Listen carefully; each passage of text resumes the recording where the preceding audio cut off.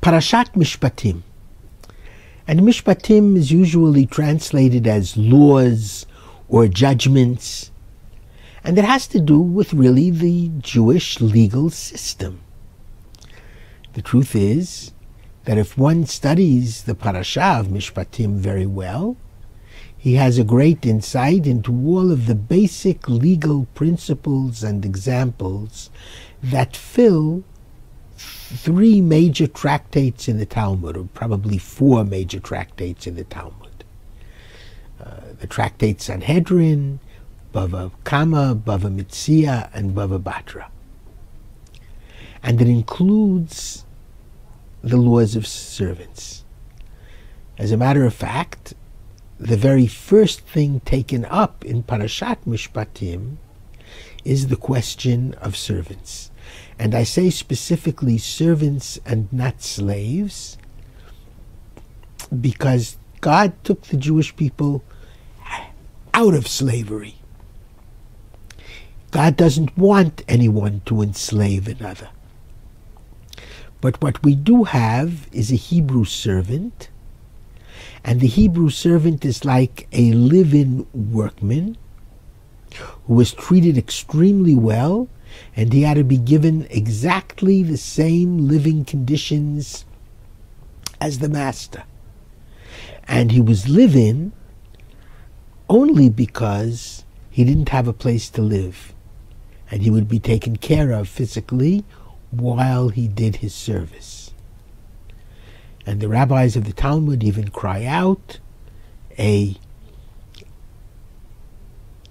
who acquires a servant actually acquires a master unto himself, because he has to be treated so well by the person he is working for. What about the whole question of Gentile slaves? Because the Gemara does say very clearly that as far as Gentile workers are concerned, live-in, they can't be worked with rigor. And they don't have to be treated as well as the Hebrew servant was treated, with all of the special conditions under which he had to live. And therefore,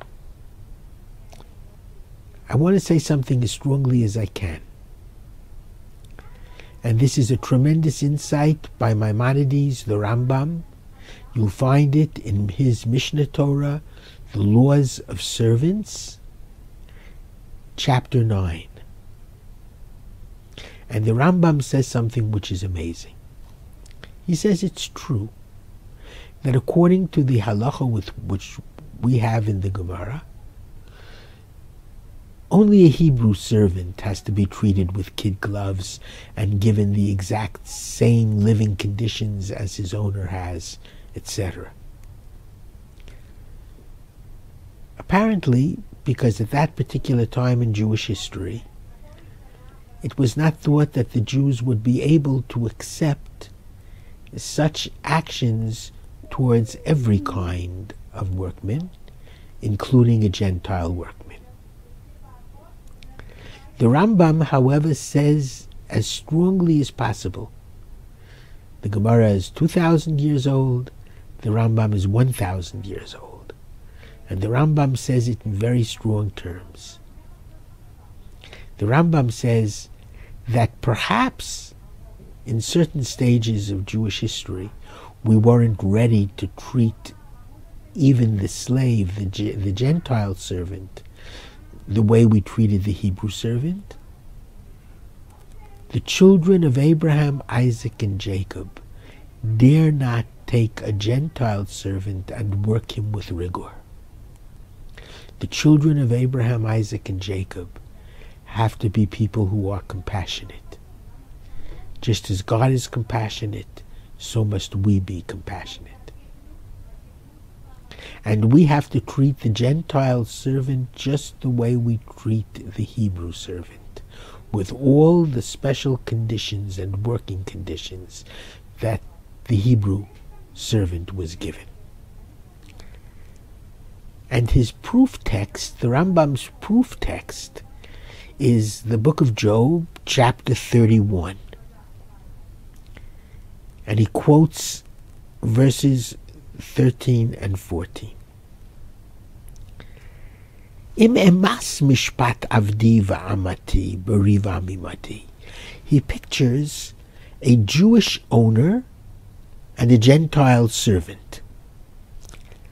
If I show disgust or hatred towards the Gentile manservant or female servant who is working with me, and I do not take very seriously their complaints, what shall I do when God stands up against me and calls me to an accounting?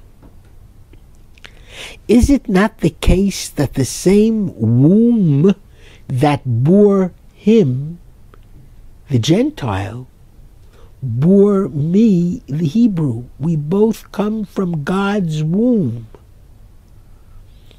Vayechunenu brechem echad. Both Gentile and Jew were formed in the same womb of the divine presence. And therefore the Rambam insists that in all matters of Jewish law, and that which we derive from Torah Shebaal Peh, the oral law, the most important principle by which we decide these laws has to be compassion, and the fact that both Jew and Gentile come from God's womb. And there was no such thing as a Gentile servant.